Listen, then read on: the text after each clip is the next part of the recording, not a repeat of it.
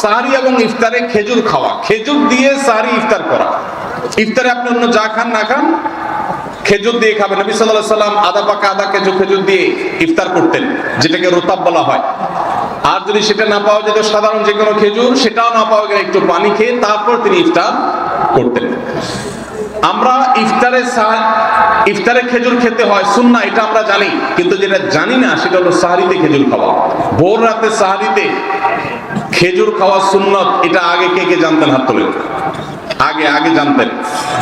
মাশাআল্লাহ, হাত নামান।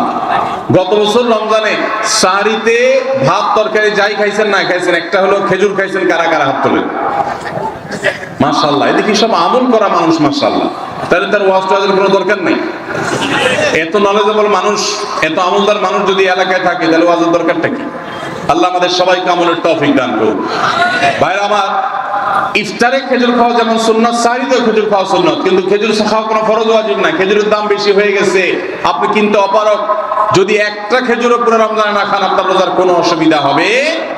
তবে নবী সাল্লাল্লাহু আলাইহি সাল্লাম যেহেতু ইফতার এবং সাহারিতে খেজুর খেতেন, আর খেজুরে প্রচুর পরিমাণ সুগার আছে, উপকারী, যেটা মানুষের স্বাস্থ্যের জন্য উপকারী, প্রচুর পরিমাণ এনার্জি আছে, খাদ্য শক্তি আছে, সারাদিন রোজা রেখে আমাদের যে সুগারের ঘাটতি হয় সেটা পূরণ করার জন্য সহায়ক হয়।